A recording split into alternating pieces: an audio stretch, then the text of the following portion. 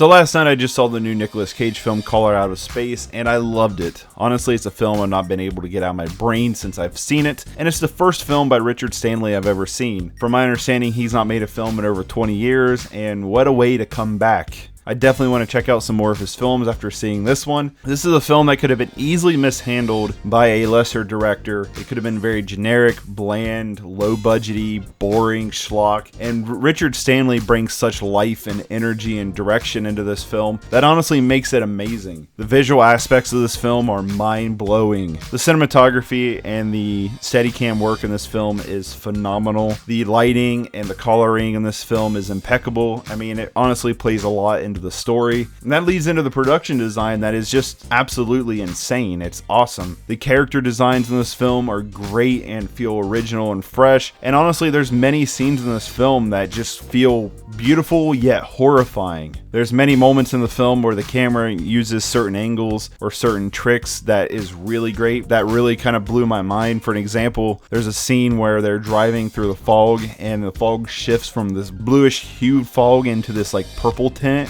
and then they get through the veil of fog into what's happening. Little things like that and little details are just thrown throughout this film that really makes me want to watch it again and kind of pick apart every little frame. It's one of those films that I think you could watch multiple times and get something new out of it. And honestly, it's a film that I'm really excited to watch again. This is something that's right up my alley of something that I really love. Another thing is the score. Oh my god, I've not had a good score like this in a while, it feels like. This is a score that feels rememberable and something that I would probably buy. The score feels very Carpenter-esque. Anybody who's a fan of John Carpenter, I think, would get an understanding of what I mean by that. And it just adds this like impending doom, yet this almost eerie fantasy-like element to the film. Nicolas Cage does great in this film, but Jolie Richardson and Madeleine Arthur, I definitely think, steal the show. Don't worry, you get a great Nick Cage like freakouts moments and things like that a lot of people have come to expect, but you also get some really good moments of Nick Cage just acting, which is nice. Tommy Chong shows up for a little bit and he's really enjoyable when he's on screen, but there are some like bad performances, mainly every time the character Jack is on screen. The actor who plays him gives really bad performances pretty much through the entire film. But overall, this feels like a film that's definitely retrofitted. It feels like something straight out of the 80s. I don't mean that like it's like feeding off of nostalgia or it's set in the 80s or has a lot of like 80s-esque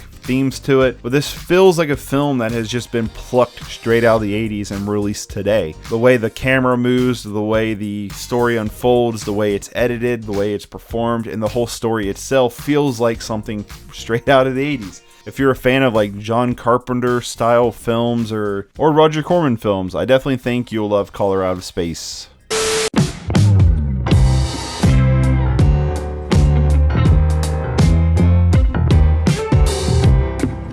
So another film I just saw was The Lodge, and it's pretty spoopy. Now this is from the same directors who did Goodnight Mommy, and I would recommend that film. And personally, I think I like The Lodge better. Cinematography is pretty good, the acting across the board is pretty good, but the way the story unfolds builds so much tension and atmosphere through the entire film that I literally felt on the edge of my seat through the entire thing. I mean, I really feel like my nerves were shot by the end of this movie because it does such a great job of building suspense and tension between the whole story. So basically the story is about becoming a step-parent in the most horrifying way possible. There's definitely a lot of things in there, but this is a film that I think as little information as you know about it going into it is going to make the film a lot better. It's a film that I don't know if on multiple watches I would like as much as I did the first viewing, but it's a film that as you experience it and as it unfolds, it's really thrilling and gripping and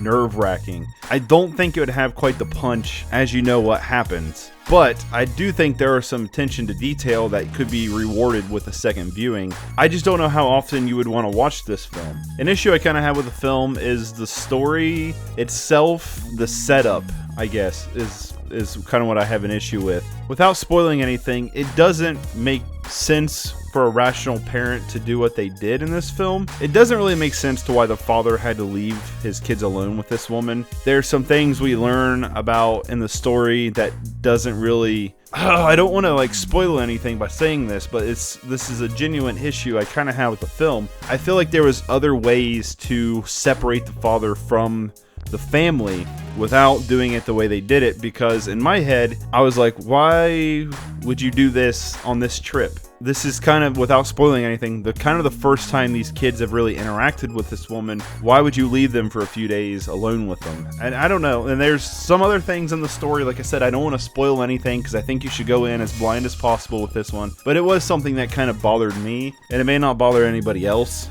But the lodge is pretty good. Like I said, it's very atmospheric, very nerve-wracking, very tension-driven film. And it's nice to see a horror movie that really keeps you on edge and as nervous as this film does. The lodge is brutal. It holds nothing back and it shoves it right in your face. And it's awesome. It's unforgiving, and for that I appreciate it.